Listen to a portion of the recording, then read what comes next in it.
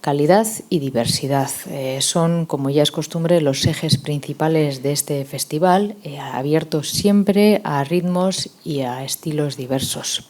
En esta ocasión contaremos con 18 actuaciones musicales, tanto de pago como gratuitas, en las que destacan grandes figuras del género, pero sin olvidar, como no, la apuesta que realizamos por la juventud